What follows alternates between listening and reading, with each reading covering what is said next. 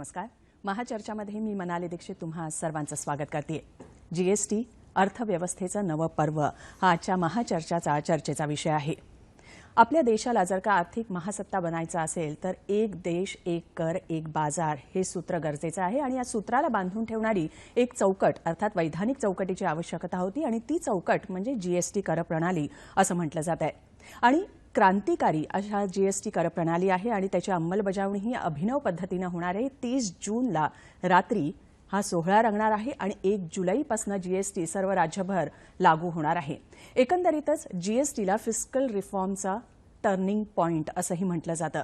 क्रांतिकारी पाऊल म्हटलं जातं. अर्थव्यवस्थेचं नवं पर्व असंही म्हटलं जातंय. ते का? अर्थव्यवस्थेला कशा प्रकारे चालना मिळणार आहे, समाजातले वेगवेगळे घटक आहेत त्यांच्यावरती कसा परिणाम होणार आहे किंवा दुष्परिणाम होणार आहे, या सगळ्याची चर्चा आज आम्ही या कार्यक्रमातून करणार आहोत. माझ्यासोबत स्टुडिओमध्ये 4 तज्ज्ञ मंडळी आलेली आहेत. त्यांची प्रथम मी ओळख करून देते.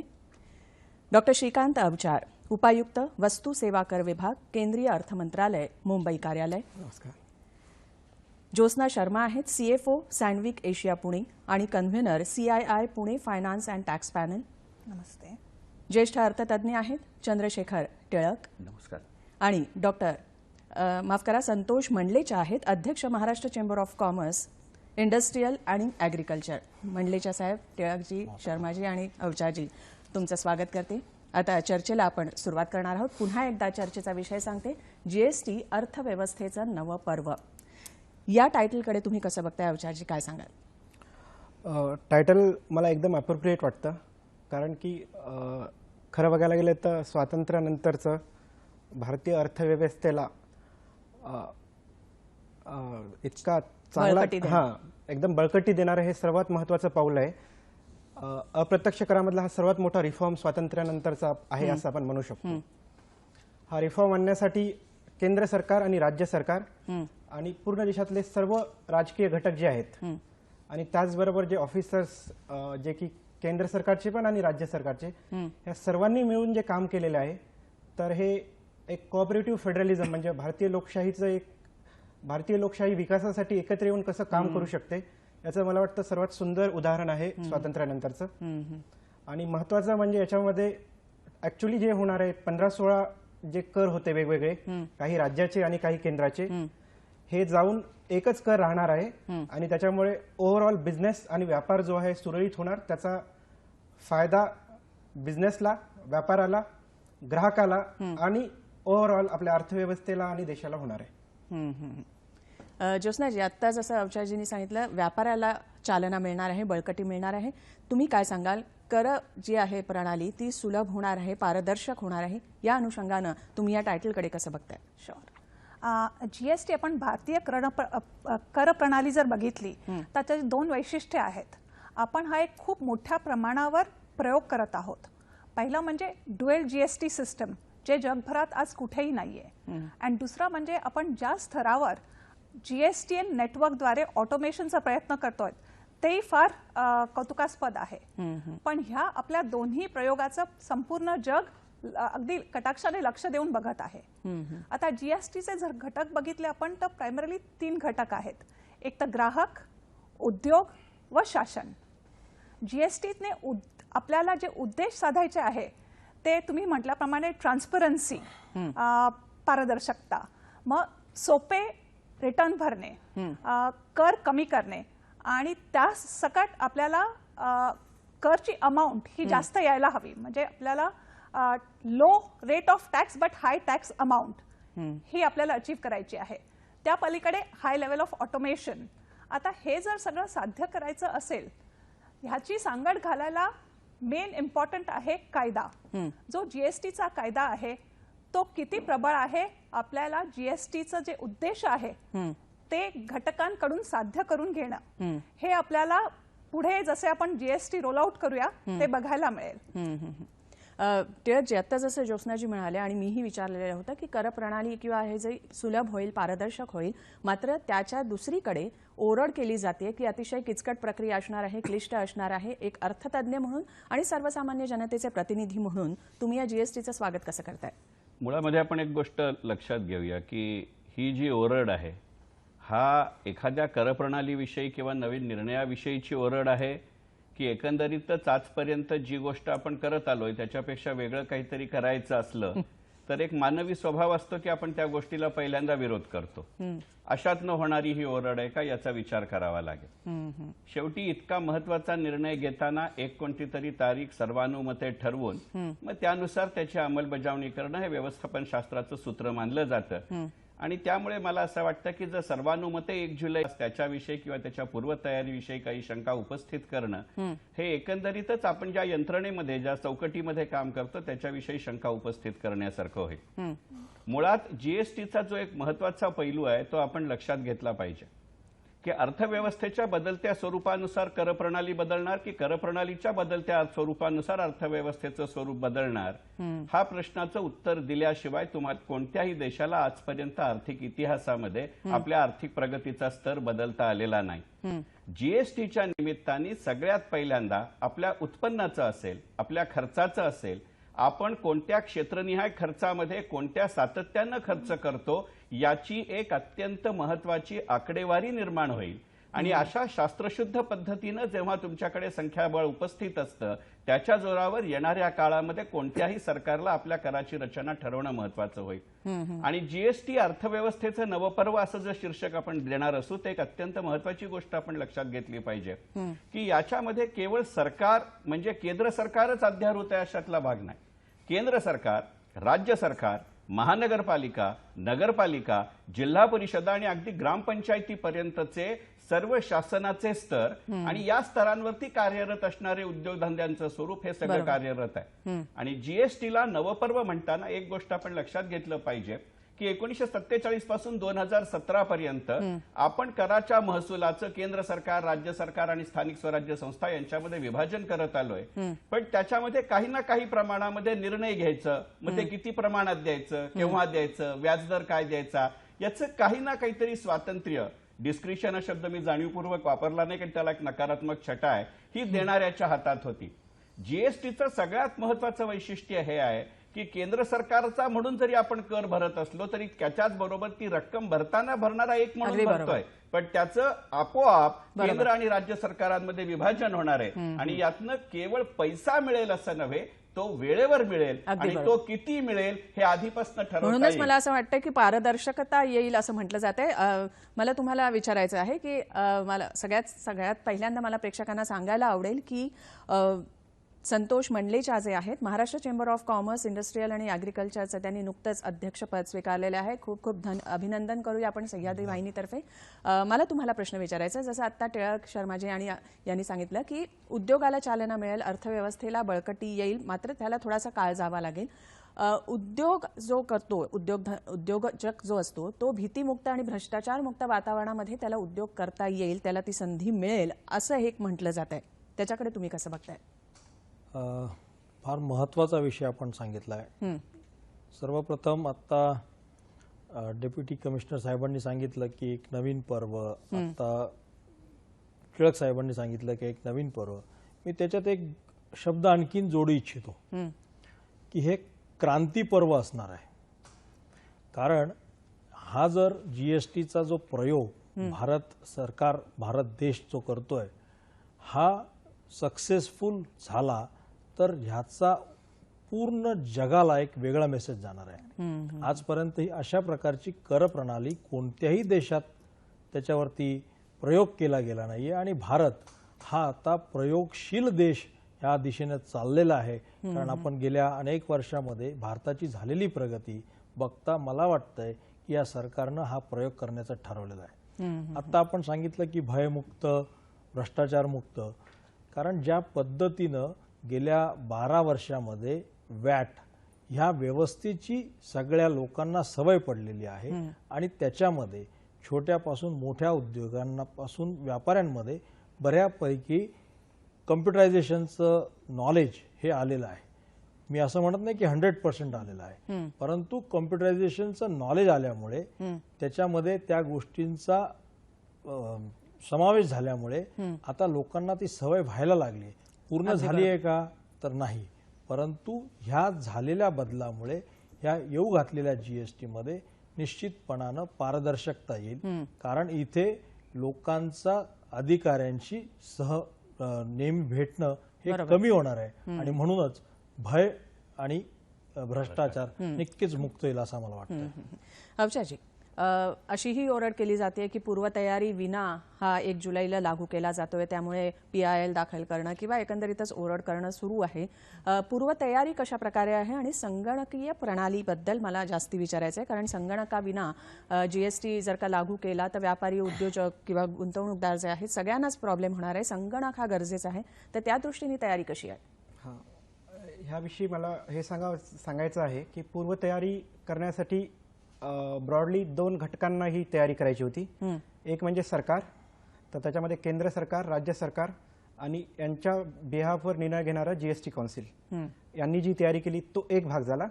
आणि दुसरा म्हणजे व्यापारी जे की आता GST मध्ये असेसीज राहणार आहेत फ्युचरमध्ये, त्यांनी पण तयारी करायची आणि त्यांना सरकारने त्यांची तयारी करण्यामध्ये मदत करायची. असे 2 घटक आहेत. तर सरकारच्या तयारीमध्ये मी हे सांगू इच्छितो की GST हे जे नेटवर्क आहे आणि ज्याच्यावर ही कर प्रणाली समोर आपण ॲडमिनिस्टर करणार आहोत, त्याच्या सर्व टेस्टिंग्स आणि सर्व टेस्ट एकदम व्यवस्थित पार पडलेल्या आहेत. आणि GST नेटवर्कची कॅपॅसिटी ही आहे की एका सेकंदाला ते around 70,000 to 1 lakh transaction handle करण्याची त्याची कॅपॅसिटी आहे. आणि समोर पण तो अपग्रेड होऊन त्याच्यामध्ये कॅपॅसिटी, तर त्याच्यामुळे ही भीती की एवढे सारे इनव्हॉइसेस, बिलाचं जे हे आहे सर्व एक नेटवर्क हँडल करेल का, मला वाटतं हे थोडं प्रीमॅच्युअर भीती निर्माण केलेली आहे. त्याच्यामध्ये तथ्य नाही आहे, कारण की टेस्ट्स वगैरे सर्व एकदम स्मूथली झालेले आहेत. दुसरं, ही टेक्निकल रिक्वायरमेंट जी आहे ती टेक्निकल तयारी पूर्ण आहे. दुसरं आहे लीगल आणि ॲडमिनिस्ट्रेटिव्ह. तर लीगल आणि ॲडमिनिस्ट्रेटिव्हमध्ये कायदे तर ऑब्व्हियसली केंद्राने पण सर्व पास केलेत, राज्यांनी पण सर्व पास केले. त्याच्यानंतर जे नियम असतात ते पण एक स्टँडर्ड नियम जे की प्रत्येक राज्यामध्ये सेम युनिफॉर्म पॅटर्न राहावा म्हणून जे लागतात, ते GST कौन्सिलनी सर्व महत्वाचे 15 ते 20 नियम ऑलरेडी नोटिफाय झालेले आहेत. आणि ॲडमिनिस्ट्रेटिव्हली पण सर्व सरकार, राज्य आणि केंद्र सरकार, जे माझं डिपार्टमेंट आहे, आम्ही पूर्ण देशामध्ये रिऑर्गनायझेशन करून 1 जुलै GST डे सेलिब्रेट करण्यासाठी पूर्णपणे तयार आहोत.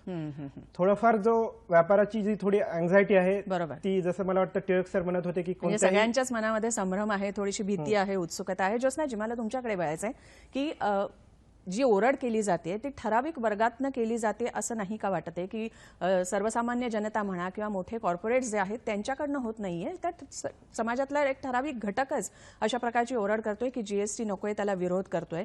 मला टिळकजी तुम्हालाही प्रश्न विचारायचा आहे, तर हे असं का होत आहे? एक उद्योग क्षेत्राची प्रतिनिधी म्हणून तुम्ही आलेले आहेत, मोठ्या उद्योजकांवरती, उद्योग क्षेत्रावरती कशा प्रकारे याचा परिणाम होणार आहे? मोठ्या उद्योजकांना GST येणार आहे ह्याच्याबद्दल काही तक्रार नाहीये. आम्हाला निश्चितच त्याचे फायदे दिसत आहेत पुढे जाऊन.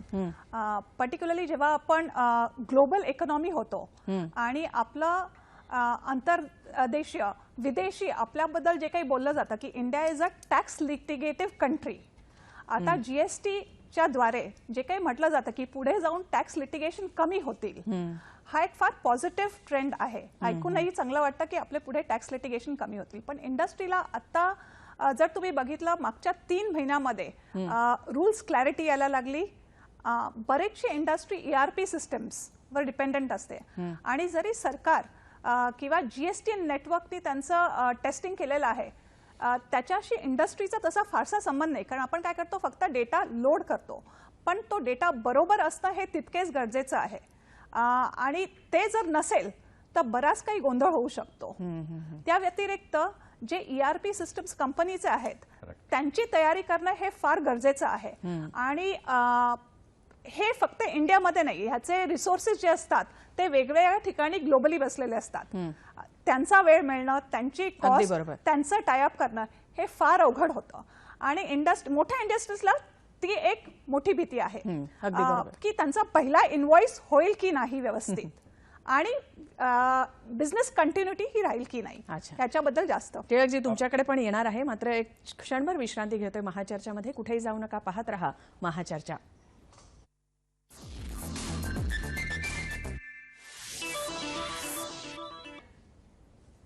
ब्रेकनंतर महाचर्चामध्ये पुन्हा एकदा सगळ्यांचं स्वागत करते. आजचा चर्चेचा विषय आहे जीएसटी, अर्थव्यवस्थेचा नवा पर्व. ब्रेकच्या आधी टिळक साहेब, तुम्हाला एक मी प्रश्न विचारलेला होता की ठराविक वर्गच ओरड करतोय की आपली माहिती सरकार दरबारी पोहोचून नाहीये, ही जी एक मनोभावना असते, भावना असते, त्याला धक्का पोहोचतोय म्हणून होते किंवा काय? ते मुळात आपण एक गोष्ट लक्षात घेऊया की जीएसटी हे केवळ टॅक्स कंप्लायन्स आहे अशातला भाग नाही. जीएसटी हे वेगळ्या शब्दात सांगायचं झालं तर ते सेल्फ कंप्लायन्स आहे. सध्याच्या केंद्र सरकारचं एक घोषवाक्य आहे, सबका साथ सबका विकास. जर गमतीने म्हणायचं झालं तर जीएसटी हे या घोषवाक्याचं सगळ्यात चांगलं उदाहरण आहे. मी जर उद्योजक असेन तर मी केवळ एकटा माझा माल निर्माण करतो अशातला भाग नाही. माझा कच्चा माल मी वेगवेगळ्या ठिकाणांहून विकत घेतलेला असतो. जोपर्यंत मी ज्यांच्याकडनं कच्चा माल विकत घेतलाय त्यांना देय असलेला टॅक्स भरलेला नसेल तर त्याचं क्रेडिट मला घेता येणार नाही. आणि मला जो कर द्यायचा आहे तो कर जर मी भरलेला नसेल तर मी ज्याला माल विकणार आहे त्याला त्याचं क्रेडिट घेता येणार नाही. बरोबर. त्यामुळे येणाऱ्या काळामध्ये मी लघु उद्योजक असेल, मध्यम उद्योजक असेल किंवा मोठा उद्योजक असेल तर जसं वित्तीय क्षेत्रामध्ये नो युअर क्लायंट किंवा केवायसी करावं लागतं तसं know your vendor tax wise असंही बनावं लागेल. आणि अशा पद्धतीचे संपूर्ण व्यवहार याच्या संकल्पनेमध्ये आपण गेली 15-16 वर्ष आपण काम करतोय. मगाशी जरी मंडलेचा साहेब म्हणले असले की हे क्रांती पर्व आहे, तरी तो एक क्रांतिकारी निर्णय म्हणून क्रांती पर्व आहे, हे बरोबर. पण त्याची तयारी जर आपण पाहिलं तर 1991 पासून आपण ज्या आर्थिक सुधारणा केल्या त्याच्या प्रत्येकाचा या जीएसटीशी काही ना काही प्रमाणात संबंध आहे. कारण गेली 25 वर्ष सातत्याने कधी प्रिझम्पटिव्ह टॅक्सेशन असेल, कधी सर्व्हिस टॅक्स असेल, कधी व्हॅट असेल, यातनं आपण करदात्यांची संख्या आणि त्यांच्याबद्दलचं संख्याशास्त्र आणि माहिती गोळा करत गेलोय. आणि ह्या गोळा केलेल्या माहितीला पुढच्या टप्प्यावरती नेणारं काम हे जीएसटी करणार आहे. आणि त्यामुळेच आपण एक गोष्ट लक्षात घेऊया की कोणताही उद्योजक उद्योग करायला येताना त्याला उद्योग करण्यात स्वारस्य असतं म्हणून आलेला असतो. कर चुकवायचा किंवा मारामारी करायची म्हणून तो आलेला नसतो. डेप्रिसिएशनचा किंवा घसाऱ्याचा दर काय आहे हे बघून तो मशिनरी घ्यायचं ठरवत नसतो. त्याच्या उत्पादनाला मागणी आहे की नाही हे पाहून ठरवत असतो. जीएसटीनं या सगळ्या गोष्टी एका वेगळ्या पद्धतीनं आपण सेल्फ कंप्लायन्स वरती येणार आहोत. त्यामुळे मगाशी जसं शर्मा मॅडम म्हणाल्या तसं आता मुळामध्ये टॅक्स लिटिगेशनला वावच राहणार नाही. कारण अत्यंत पारदर्शकतेनं वस्तू सुरू झाल्यापासून त्या ग्राहकाच्या हातात जाईपर्यंतचा सगळा ट्रॅक, एखाद्याचा जसं आपण जीआरपीएस वरती ट्रॅक ठेवावा अशा पद्धतीचा ट्रॅक राहणार आहे. आता ज्याला याची भीती वाटणं असं असेल अशी मंडळी काही वेळेला अज्ञानातनं असेल, काही वेळेला गैरसमजातनं असेल किंवा काही वेळेला अति उत्साहाच्या भरात असेल त्याला विरोध करत जातील. अगदी बरोबर. म्हणजे प्रत्येक घटकाकडनं थोडाफार विरोध होतोय, मात्र एकदा जीएसटी लागू झाल्यानंतर, अंमलबजावणी झाल्यानंतर खरं काय आपण फेस करणार आहोत ते स्पष्ट होणार आहे. मंडलेचा सर, मला तुमच्याकडे यायचंय. आता टिळकजींनी जसं सांगितलं, लघु उद्योजक, मध्यम उद्योजक, मोठे उद्योजक, लघु आणि मध्यम उद्योजकांवरती, या उद्योग धंद्यावरती, उद्योग क्षेत्रावरती कशा प्रकारे परिणाम होणार आहे, फायदेशीर ठरणार आहे किंवा काय? मग जसं शर्मा मॅडमनी सांगितलं की मोठ्या उद्योजकांकडे किंवा ईआरपी सिस्टीम्स असतात किंवा अशा वेगवेगळ्या सिस्टीम्स असतात, पण लघु उद्योजकाकडे अशा सिस्टीम्स नसतात. त्याच्यामुळे हा सुरुवातीला जोपर्यंत जसं टिळक साहेब म्हटले की जोपर्यंत ह्याचा सगळा पूर्ण प्रवास सुरू झाल्यानंतर सुरळीत होत नाही तोपर्यंत निश्चितपणानं ही भीती प्रत्येकाच्या मनात राहणार आहे. परंतु आज जसं टिळक साहेब म्हटले की कोणत्याही उद्योजकाला, व्यावसायिक करणाऱ्याला कोणतेही टॅक्स चुकवण्याची मानसिकता आता राहिलेली नाहीये. कारण त्याला ही गोष्ट कळून चुकली आहे की कधीही आपण टॅक्स इव्हेड केला तर तो कुठे ना कुठे नेटमध्ये पकडला जातो आणि तो जर पकडला गेला तर त्रास होतो. ह्या भावनेतनं, आणि तसंही आज टॅक्स कंप्लायन्सेस इतके चांगल्या पद्धतीनं व्हायला लागलेत आणि म्हणूनच या सरकारनं आता सेल्फ असेसमेंट तुम्ही करा, सेल्फ सर्टिफिकेशन तुम्ही करा, या भावनेतनं हे चेंजेस आणलेले आहेत. मला असं वाटतंय की ह्याच भावनेतनं ही कर प्रणाली इथे इम्प्लिमेंट होणार आहे. आणि म्हणून कोणता वर्ग त्याला विरोध करतोय असं मला वाटत नाही. त्याच्याबद्दल असलेली थोडीशी संभ्रमता, ह्या गोष्टीचा क्लिअरन्स आला तर छोटा उद्योग असो, छोटा व्यापारी असो, निश्चितपणानं या कर प्रणालीला सामोरं जाईल असं मला वाटतंय. लघुउद्योजकांच्या दृष्टीने जीएसटी कडे बघताना एक दुसरा महत्वाचा घटक लक्षात घेतला पाहिजे. कारण विशेषतः लघुउद्योजक आणि मध्यम उद्योजकांची जी खेळत्या भांडवलाची किंवा वर्किंग कॅपिटलची जी रिक्वायरमेंट असते ती जीएसटी नंतरच्या काळात एका वेगळ्या पातळीवरती येईल आणि ती त्यांना जास्त सुसह्य अशी होईल. आज मी तिला ज्या पद्धतीची करण प्रणाली आपल्या देशामध्ये आहे त्यावेळेला त्या लघु आणि मध्यम उद्योजकाला फार मोठ्या प्रमाणावरती कराच्या दृष्टीनं पैशाची उभारणी करावी लागते. एकदा जीएसटीचं चक्र सुरळीतपणे सुरू झाल्यानंतर ज्या प्रमाणामध्ये मी त्याच्यामध्ये मूल्यावर्धित अशी उपयुक्तता आणतोय त्या प्रमाणामध्येच मला फक्त कराची तरतूद करावी लागणार आहे. त्यामुळे कागदपत्र उभं करणं हे काम आता अत्यंत सोपं होईल. पैसे उभं करणं ही काही वेळेला जी अडचणीची भाग असते, कारण विशेषतः लघु उद्योजक हा मूलतः तंत्रज्ञानाच्या बाजूचा मनुष्य असतो, तो काही अकाउंट्स आणि फायनान्सच्या बाजूचा मनुष्य नसतो. त्यामुळे ही कर प्रणालीच्या व्यवस्थेतनं एका बाजूनी आपोआप अशा पद्धतीची व्यवस्था झाल्यानंतर मध्यम ते दीर्घ काळामध्ये तो आपल्या मूळ उद्योगाकडे जास्त चांगल्या पद्धतीनं लक्ष देऊ शकेल. हा जीएसटीचा सगळ्यात महत्वाचा पैलू आहे. मगाशी म्हणजे तुम्ही जसं म्हणाले होतात की अर्थव्यवस्था बदलली म्हणून कर प्रणाली बदलावी लागली की कर प्रणाली नाही. बदलायची? आपण एक गोष्ट लक्षात घेऊ की मुळामध्ये आपल्या देशामध्ये सेवा कर 1992 साली 3 वस्तूंवरती 5% सुरू झाला होता. आज मितीला आपण किती वस्तूंवरती सेवा कर आहे असं म्हणत नाही, कोणत्या वस्तूंवर सेवा कर नाही अशा पद्धतीची रचना करतो. त्यामुळे गमतीने सांगायचं झालं तर आपल्या देशातल्या टॅक्सला गुड्स अँड सर्व्हिसेस टॅक्स म्हणण्यापेक्षा सर्व्हिसेस अँड गुड्स टॅक्स म्हटलं पाहिजे. कारण आपल्या देशाच्या अर्थव्यवस्थेमध्ये सेवा क्षेत्र 54% जीडीपीचा भाग देतं आणि एकूण कराच्या महसुलामध्ये 52% हे सेवा कर देतं. आणि म्हणून आपण लक्षात घेऊ की मगाशी मी जसं म्हणलं तसं की 1/6 असेल, प्रिझम्प्टिव्ह टॅक्सेशन असेल, सर्व्हिस टॅक्स असेल, या सगळ्यांचा उत्कलन बिंदू म्हणजे जीएसटी आहे. आणि म्हणूनच आता मगाशी जसं म्हणलेच्या सर म्हणले तसं केवळ टॅक्स कंप्लायन्स वाढला अशातला भाग नाही, कर चुकवता येणार नाही अशीही परिस्थिती आहे. आणि वेळच्या वेळी कर देणाऱ्याला सवलत अशाही स्वरूपाचा जीएसटी आहे. म्हणून ते अर्थव्यवस्थेचं नवं पर्व आहे. आणि त्याच्यामध्ये तुम्हाला या बोलायचं होतं काहीतरी? मला 2 मुद्दे इथे थोडे त्याच्याबद्दल माझे पॉइंट्स मांडायचे. एक टिळक सर जे म्हटले की हे सेल्फ कॉम्प्लायन्सचं कल्चर आणणार आहे, तर ते एकदम त्यांनी बरोबर सांगितलं. मला फक्त हा पॉईंट त्याच्यामध्ये ऍड करायचा की नो युअर व्हेंडर, त्यांनी तो जो टर्म वापरला त्याचा ऍक्च्युली प्रावधान आहे. करेक्ट.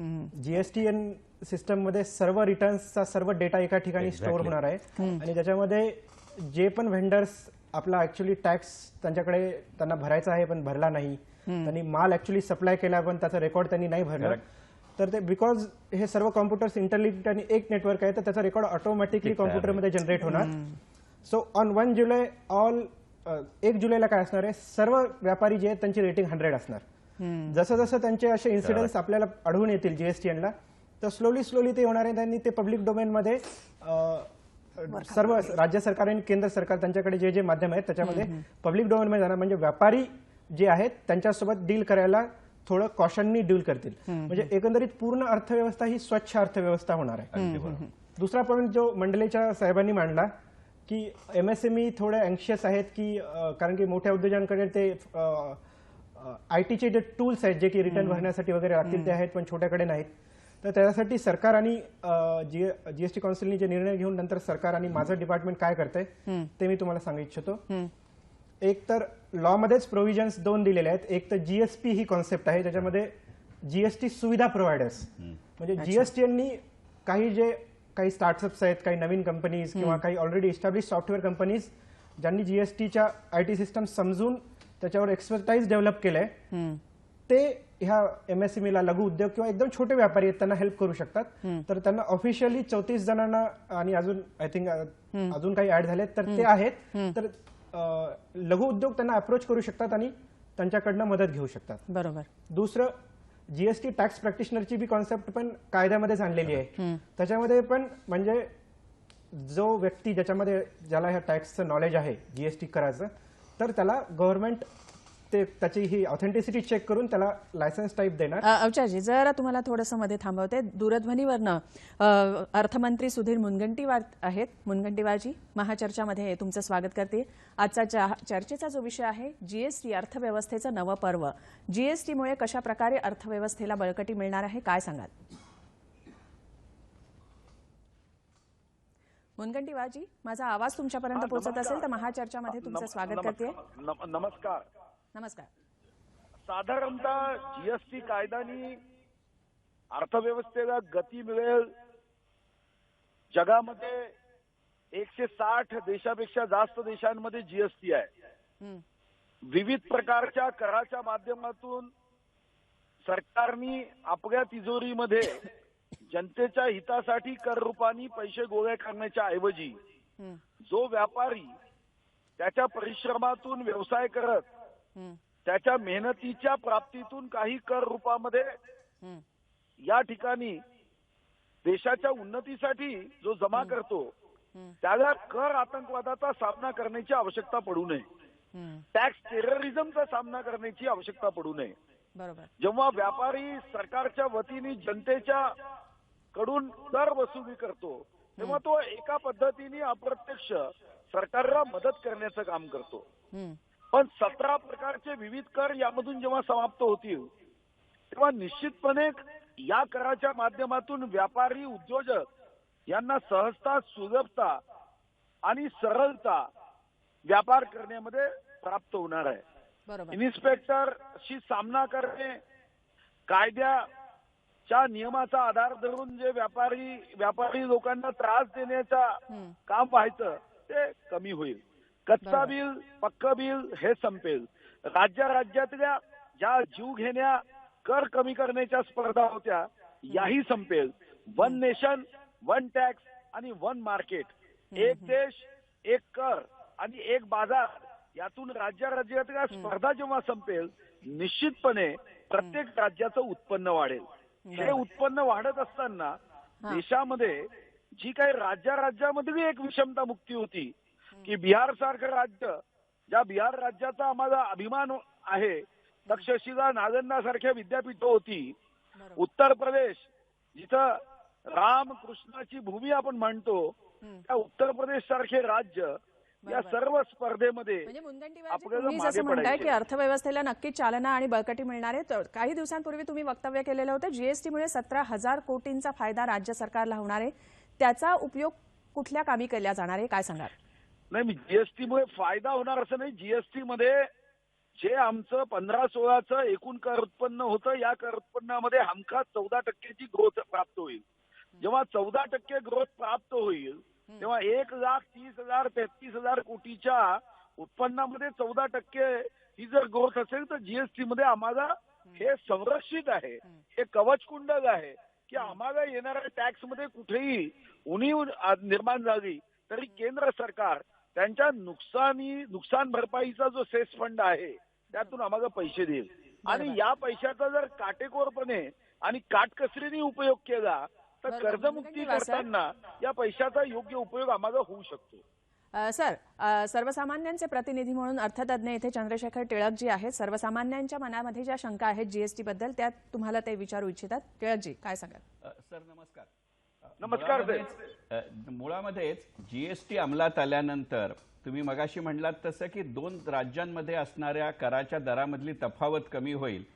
तर गेल्या काही महिन्यामध्ये आपल्या असं लक्षात आलंय की आंतरराष्ट्रीय बाजारामध्ये किंवा देशांतर्गत बाजारामध्ये पेट्रोल डिझेलच्या किमती ज्या प्रमाणात कमी होतात त्या प्रमाणामध्ये आपल्या राज्य सरकारांमध्ये होत नाहीत.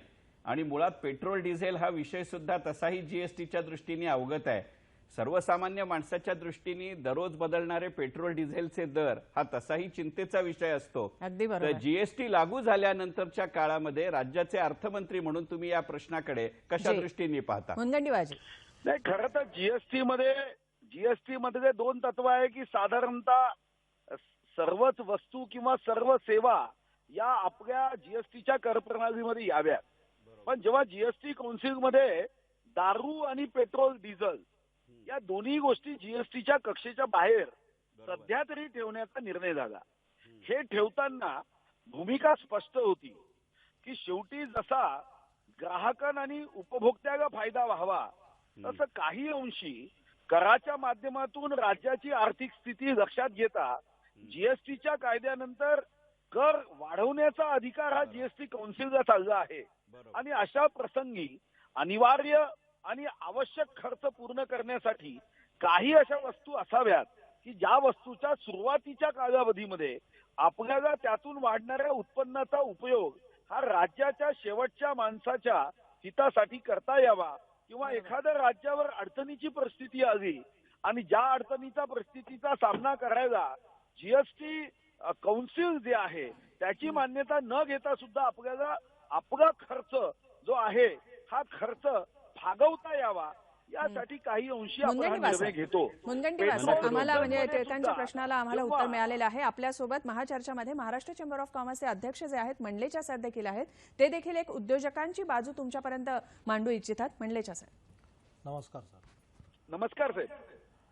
ॲक्च्युली आता लघुउद्योग आणि व्यापारी यांच्या मनामध्ये जे काही संभ्रम अवस्था आहे की या जीएसटीच्या नंतर जी सुरळीतपणा तुम्ही आत्ता मागा म्हटलात की सरलता येईल, सुरळीतता येईल, याच्या बाबतीतल्या, कारण आता ज्यावेळेस हे इम्प्लिमेंट होईल, हे इम्प्लिमेंट झाल्यानंतर जी खरी अडचण निर्माण होणार आहे किंवा जे काही प्रॉब्लेम्स येऊ शकतील त्याच्यावरती चर्चा करण्यासाठी राज्य सरकारनं काही एखादी समिती गठीत करावी अशी आमची अपेक्षा आहे. याच्यावरती आपलं मनोगत आम्हाला हवं. अगदी थोडक्यात मुनगंटीवारजी. नाही, राज्य सरकारला आपली समिती गठीत करण्यामध्ये काही अडचण नाही. खरं तर राज्यामध्ये आपण विविध संघटना आणि विविध व्यापारी समूहाशी चर्चा करतोच आहे.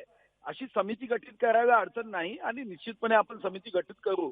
पण यासाठी आपण एक कॉल सेंटर तयार केलं आहे की व्यापारी बांधवांना जीएसटीची सुरुवात झाल्यानंतर काही तांत्रिक मुद्द्याचा सामना करावा लागला, कुठे सर्व्हर डाऊन आलं नाही किंवा एखादी नियमामध्ये असणाऱ्या तरतुदीचं पालन करता आलं नाही, तर याला व्यापारी दोषी नाही, याला उद्योजक दोषी नाही, याला लघु उद्योजक दोषी नाही आणि ही जबाबदारी सरकारची आहे. आणि अशा प्रसंगी त्याला शास्तीतून सूट देणे, दंडातून सूट देणे याचा आम्ही गंभीरपणे निर्णय केला आहे. आणि जीएसटी कौन्सिलमध्ये ही स्पष्टता आम्ही आणली की व्यापारी उद्योजक लघु उद्योजकाची चूक नसताना जीएसटी कायद्यामुळे तो जर अडचणीत आला तर यातून आपण नियमामध्ये असणाऱ्या तरतुदीतून सूट देण्याची ही आवश्यकता जीएसटी कौन्सिलमध्ये चर्चेला आली आहे आणि आपण म्हटलं तशी समिती निश्चितपणे मुनगंटीवार सर, मला तुम्हाला विचारायचं होतं की 30 जूनच्या रात्री संसदेच्या सेंट्रल हॉलमध्ये अशा अभिनव पद्धतीने जीएसटी लागू केला जाणार आहे, त्याचा थोडक्यात अगदी तपशील काय सांगाल?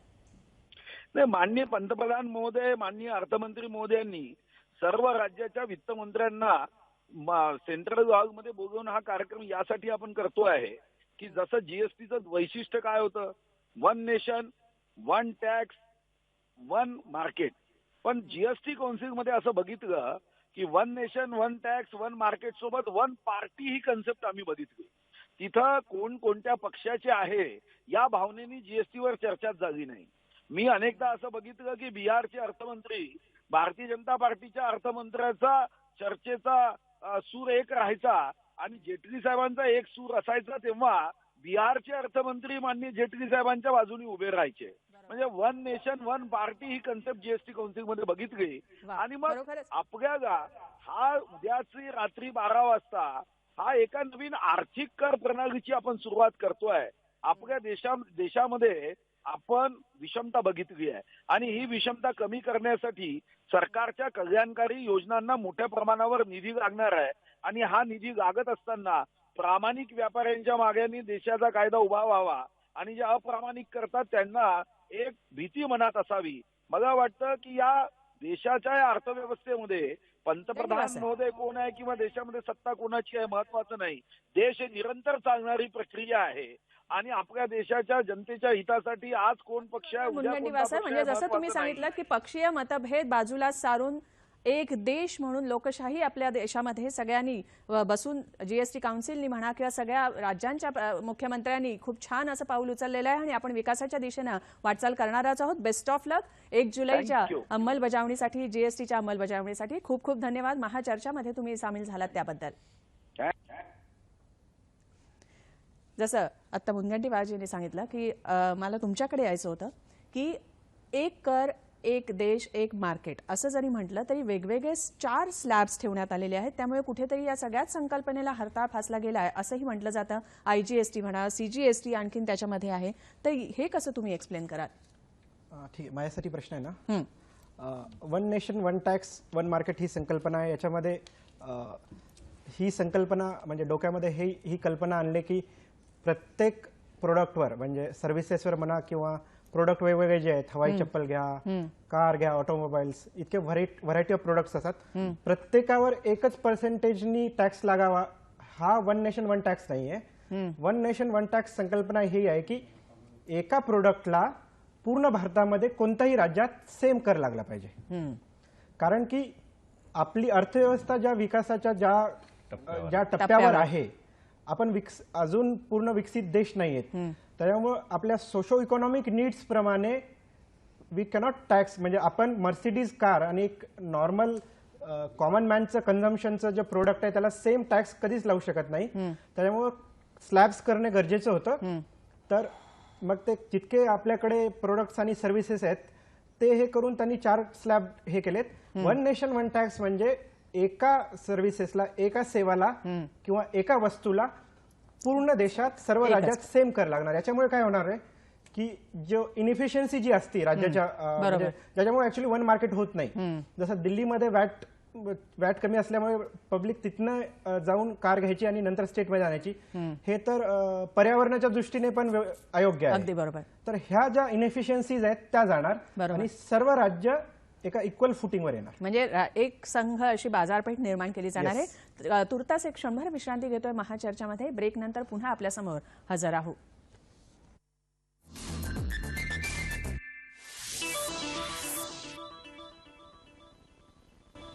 ब्रेकनंतर महाचर्चामध्ये पुन्हा एकदा स्वागत करते. शेवटच्या टप्प्यात आपण आलेलो आहोत. आजच्या चर्चेचा विषय आहे जीएसटी, अर्थव्यवस्थेचा नवं पर्व. टिळक सर, मला तुमच्याकडे यायचं आहे की आत्ता जसं यांनी सांगितलं की एक देश एक कर एक मार्केट, 4 वेगवेगळे स्लॅब्स का ठेवण्यात आले ते सांगितलं. मात्र माझ्यासारख्या सर्वसामान्य जनतेच्या मनातही हा प्रश्न उद्भवतोय की आयजीएसटी, सीजीएसटी असे परत दोघांना 2 टॅक्स द्यायचेत, मग कसं काय हा एक कर असणार आहे? नाही, मुळामध्ये एक गोष्ट लक्षात घेऊया की एक नागरिक म्हणून किंवा एक उद्योजक म्हणून मी देणारे तो कर एकच आहे. मी 2 वेगवेगळे कर देणार नाहीये. मी एकदा कराच्या रकमेचा भरणा सरकार दरबारी केल्यानंतर तिथे त्याचं विभाजन किंवा वर्गीकरण होणार आहे आणि मग ते केंद्र सरकारला देय असलेली किंवा मिळणारी रक्कम आणि राज्य सरकारला देय असलेली किंवा मिळणारी रक्कम असं त्याचं विभाजन आहे. मी करदाता म्हणून किंवा उद्योजक म्हणून मला फक्त एकाच कराचा भरणा करायचा, ही गोष्ट आपण लक्षात घेऊया. त्याचे होणारे फायदे अशासाठी आहेत की मी सुरुवातीला म्हटलं तसं की आज मतीला एखाद्या सरकारनं दुसऱ्या सरकारला किती पैसे द्यायचे हे ठरलेलं असतं, पण ते नेमके कधी आणि कसे द्यायचे याच्याबद्दल एक संदिग्धता असते. जीएसटी नंतर अशा प्रकारची कोणतीही संदिग्धता राहणार नाही. मी कर भरेन त्याच दिवशी संध्याकाळी त्या 2 खात्यांमध्ये ती रक्कम जमा झालेली असेल. याचे फार दूरगामी परिणाम अशासाठी आहेत की केंद्र किंवा राज्य सरकारला त्या वेळेला ती रक्कम मिळेल आणि त्याचं नियोजन करणं अत्यंत शक्य आहे. त्यामुळे येणाऱ्या काळामध्ये कदाचित आज मितीला जसं आपण बघतो की एखाद्या शुक्रवारी अनेक सिनेमे रिलीज होतात, तसं एका दिवशी अनेक राज्य सरकारांचे आणि केंद्र सरकारांचे कर्जरोखे बाजारामध्ये येतात. यातनं व्याजाच्या दरावरतीही विपरीत परिणाम होतो आणि उद्योग संस्थांना जिथे एक कायद्याची गरज म्हणून तिथे पैसे गुंतवावे लागतात त्याचंही नियोजन करता येणार नाही. जीएसटी हा दिसायला जरी कर प्रणालीचा भाग असला तरी ते एका वेगळ्या अर्थी नवपर्व अशासाठी आहे की त्याचा फार मोठ्या प्रमाणावरती संपूर्ण वित्तीय क्षेत्रावरती परिणाम होणार आहे. अगदी बरोबर. केंद्र सरकार आणि राज्य सरकारांनी येणाऱ्या काळामध्ये खुल्या बाजारातनं कर्जरोख्यांच्या रूपातनं जी रक्कम जमा करणार आहोत त्यावेळेला मुळात रिझर्व्ह बँकेकडनं ज्या पद्धतीनं केंद्र आणि राज्य सरकार पैसे जमा करतं तिथे दैनंदिन वित्तीय तूट हा अत्यंत महत्वाचा निकष असतो. जीएसटीच्या मुळे या सरकारांची पतधोरण किंवा क्रेडिट रेटिंग फार मोठ्या प्रमाणावर हा फायदा आहे. आणि थोडक्यात म्हणजे प्रत्येक केंद्र सरकारला परफेक्ट प्लॅनिंग करता येणार आहे. ज्योत्स्नाजी, मला तुमच्याकडे वळायचं आहे की इनपुट क्रेडिट ची जी उपलब्धता आधी नव्हती ती आता सोय उपलब्ध होणारी जीएसटीमुळे उपयुक्त ठरेल, नाही का? काय सांगा? आता इनपुट क्रेडिट जर आपण बघितलं, जिथे आपण माल आयात करतो त्याच्यामध्ये पूर्वीच्या कर प्रणालीमध्ये सीव्हीडी, बीसीडी आणि एसएडी असायची. त्याच्या आपल्याला ती कॉस्ट असायची, त्याचं आपल्याला क्रेडिट मिळत नव्हतं मॅन्युफॅक्चरर्सना सेल करताना. पण नवीन कर प्रणालीप्रमाणे आपल्याला सीव्हीडी आणि एसएडी याचं आपल्याला आयजीएसटी मध्ये रूपांतर झालेलं आहे व त्याचं आपल्याला क्रेडिट मिळणार आहे. त्याचा निश्चितच फायदा होणार आहे. पण ह्याची दुसरी बाजू जर बघायला गेलो तर आपले जे लोकल मॅन्युफॅक्चरर्स आहे किंवा आपण आता मेक इन इंडिया जे म्हणतो आहे त्याला त्याचा धक्का लागेल, कारण की इम्पोर्ट्स हे चीप होतील. साधारण 18% जे आपण म्हणतो आयजीएसटी आहे तेवढ्यानी ते चीप होतील. तर आपल्याला कॉम्पिटिटिव्ह होणं हे फार गरजेचं आहे. तर मार्केट आपल्याला क्रेडिट मिळतील, पण त्याबरोबर आपल्याला कॉम्पिटिटिव्हनेस हे वाढवायला लागणार आहे. अगदी बरोबर.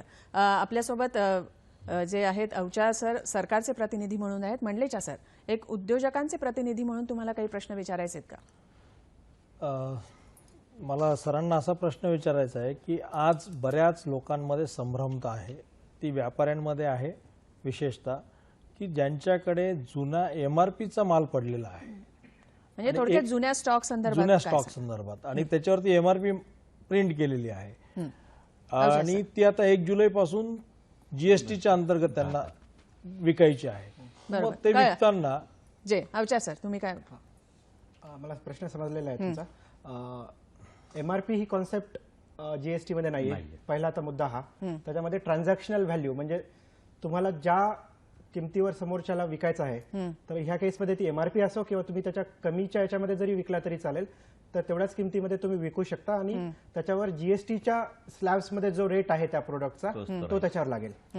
दुसरा प्रश्न की स्टॉक आहे तर आणि त्याच्यावर आधीच्या याच्यामध्ये for example suppose biscuit manufacturer आहे आणि त्याच्याकडे समजा जे फ्लोअर आणि बाकीचे जे फ्लेवर्स वगैरे जे इनपुट्स आहेत त्याच्यावर ऑलरेडी वॅट आणि एक्साईज दोन्ही लागलेले असतात. तर याच्यासाठी जे स्टॉक पडलेले आहेत व्यापाऱ्यांकडे ॲज ऑन 30 जून, त्यासाठी एक डिटेल्ड ट्रान्झिशनल प्रोव्हिजन्सचे रूल्स नियम जे आहेत ते सरकारने हे केलेत.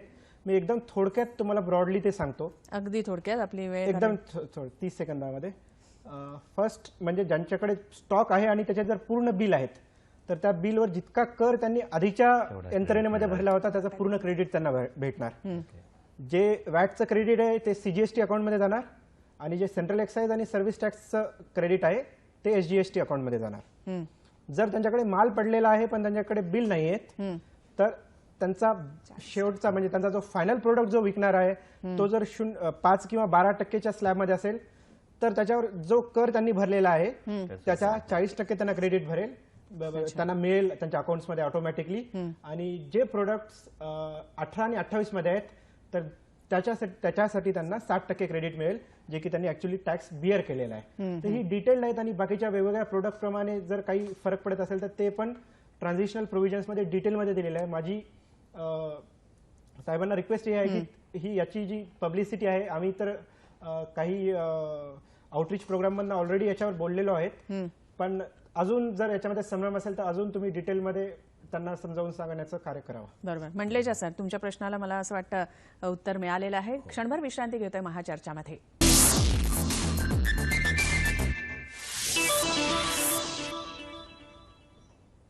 ब्रेकनंतर महाचर्चामध्ये पुन्हा एकदा सर्वांचं स्वागत करते. मला अवचारजी तुम्हाला विचारायचं होतं की एक सर्वसामान्य ग्राहक म्हणून, सर्वसामान्य जनतेचा प्रतिनिधी म्हणून मला एक प्रश्न येतोय की मग आता 1 जुलैपासून गरजेच्या ज्या वस्तू आहेत, जीवनावश्यक वस्तू आहेत, त्या स्वस्त होतील का आणि महागाई कमी होईल का? अत्यंत जिव्हाळ्याचा प्रश्न. GST काउन्सिलने जेव्हा स्लॅब्समध्ये सर्व सेवा आणि वस्तू फिट केल्या तर हा जर एक फॅक्टर कोणता त्यांच्या समोर होता की ज्याच्यामुळे ज्या बेसिसवर त्यांनी डिसिजन घेतलं तर मला वाटतं हेच होतं. त्याच्यामुळे तुम्ही जर ती लिस्ट जर बघितली असेल तर जे सर्वात बेसिक आणि जीवनावश्यक वस्तू आहेत त्या आयदर 0 म्हणजे एक्झेम्प्टेड आहेत किंवा 5 आणि 12% मध्ये आहेत. त्याच्यामुळं ज्या बेसिक नेसेसिटीज आहेत त्या महाग होणार नाहीत. हा फर्स्ट पॉईंट. दुसरा पॉईंट की ज्या सर्व्हिसेस म्हणजे जसे रेस्टॉरंट सर्व्हिस वगैरे किंवा फायनान्शियल सर्व्हिस, इन्शुरन्स सर्व्हिसेस जे आहेत त्या आधी सर्व्हिस टॅक्स 14.5 ते 15% होता, त्याच्यामध्ये 18 होणार. त्यामुळे सुरुवातीला थोड्या 1-2% ते महाग होईल असं वाटेल, पण 6 महिने ते 1 वर्षाच्या काळातच त्याची कॉस्ट कमी होईल. त्याचं कारण की जे सर्व्हिस प्रोव्हायडर्स आहेत त्यांच्या इनपुट्समध्ये पण गुड्स असतात आणि बाकीच्या सर्व्हिसेस असतात आणि सुरुवातीला फक्त त्यांना अगदी बरोबर पूर्ण क्रेडिट भेटत होतं, तर त्यांना ते क्रेडिट भेटणार. तर त्याच्यामुळे इव्हन दो ते इमिडिएटली बिलावर दिसणार की 15 ते 18% जाणार. अगदी बरोबर. ती कॉस्ट कमी झाल्यामुळे ते ऑलमोस्ट तेवढंच आहे. आणि ओव्हरऑल जर चलनवाढ किंवा इन्फ्लेशनवर आपण याचा परिणाम जर बघायचा गेला तर चलनवाढ ज्या इंडेक्सवर मोजली जाते, कन्झ्युमर प्राइस इंडेक्स, त्याचे 50% प्रोडक्ट 0.5 किंवा 12% दरामध्ये आहेत आणि 80% प्रोडक्ट 0.5, 12 किंवा 18च्या याच्यामध्ये आहेत. त्याच्यामुळे हे ही निर्णय घेताना महागाई येऊ नाही हा पूर्णपणे विचार करून हे निर्णय घेतलेला अच्छा. आहे, त्यामुळे ती बरोबर. होणार नाही असं वाटतं. ज्योत्स्नाजी, मला अगदी थोडक्यात तुमच्याकडनं उत्तर हवंय की आता याच्यानंतर जीएसटी लागू झाल्यानंतर टॅक्स इव्हेजनचं कर चुकवेगिरी जी केली जात होती त्याला आळा बसणार आहे, कर उत्पन्नामध्ये वाढ होणार आहे, नाही का? काय सांगाल? करेक्ट. टॅक्स इव्हेजन होण्याचे कारण काय आहेत? Greed, high rate of tax, no transparency, पारदर्शकता नसणे किंवा लॉ बद्दल नॉलेज नसणे, या 4 गोष्टींमुळे टॅक्स इव्हेजन होण्याची जास्त चान्सेस असतात. आता जर आपण बघितलं, जीएसटी मध्ये पारदर्शकता येणार आहे. प्रत्येकाने आपलं सेल इनव्हॉइस लोड करायचं, तुम्हाला परचेस रजिस्टर मिळणार. जर आपण अनरजिस्टर्ड परचेस केलं तर आपल्याला त्याचा टॅक्स भरायला लागणार आहे, त्यामुळे तुमचा टॅक्स रेट वाढेल. त्यामुळे परचेस करणारा नेहमी बघेल की आपण रजिस्टर्ड डीलरकडनं परचेस करतो. बरोबर. ग्रीड, आता मला वाटतं टॅक्स रेट जसा जसा कमी होत जाईल, 24-28% जेव्हा तो 18% येतोय, बरोबर. तेव्हा मला वाटतं की टॅक्स इव्हेजन कडे लक्ष कमी राहणार अच्छा. आहे आणि लोक कम्प्लायन्स कडे वळतील. बरोबर. म्हणजे कर चुकवेगिरीला चाप बसणार आहे म्हणलेच्या. तुम्हाला सर मला विचारायचं होतं की उद्योजक म्हणून आता तुम्ही एक अगदी अत्यंत चांगला फायदा आणि एक चांगला तोटा, म्हणजे जो तोटा उद्योजकांना फेस करायला लागणार आहे आणि एक चांगला फायदा, असं तुम्ही अगदी थोडक्यात काय सांगाल?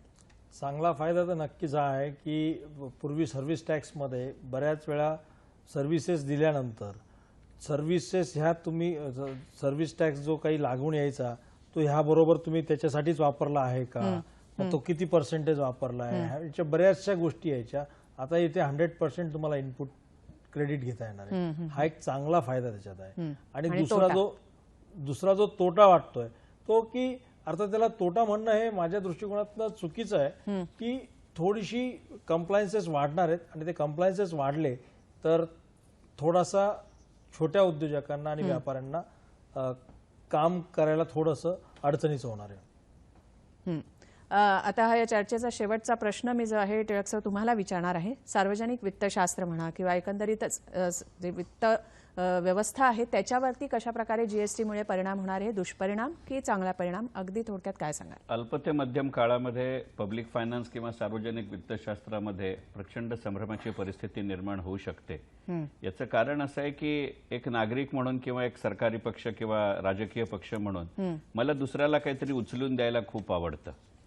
आता जीएसटी नंतर सगळ्यात पहिल्यांदा माझ्या किटीत किती आहे ह्याचा विचार करावा लागेल. कारण मगाशी राज्याचे अर्थमंत्री जरी तसं म्हणाले असले तरी सुद्धा 3-4 महत्वाच्या घोषणा ज्या गेल्या काही महिन्यात झाल्या आहेत, अशा पद्धतीचा आकस्मिक खर्च जीएसटी नंतरच्या काळामध्ये सरकारला इतक्या आकस्मिकपणाने जाहीर करता येईल अशी परिस्थिती राहिलेली नाही. आणि सार्वजनिक वित्तशास्त्राच्या दृष्टीने जीएसटी नंतरच्या काळात जसजसा तो रुळत जाईल तसतसं आपल्याला लक्षात येणारी गोष्ट असेल की कुठच्याही पद्धतीचा कर असेल किंवा कायदा असेल तर कर लागण्याबरोबरच आपल्याला करातनं सवलती मिळवण्याची जी सवय लागलेली आहे त्यालाही पायबंद जीएसटीच्या कारकिर्दीत बसेल याविषयी कोणत्याही मनामध्ये माझ्या शंका नाही. बरोबर. म्हणजे आता जो पंतप्रधान नरेंद्र मोदी यांनी जो उत्कृष्ट असा निर्णय घेतलेला आहे त्याचं सगळ्यांनी स्वागत करायला हवं. 1 जुलैपासून हा जीएसटी लागू होणार आहे. अप्रत्यक्ष कर प्रणालीचा चेहरा मोहरा बदलून टाकणारी अशी ही कर प्रणाली आहे आणि त्याचं आपण सगळ्यांनीच स्वागत करायला हवं.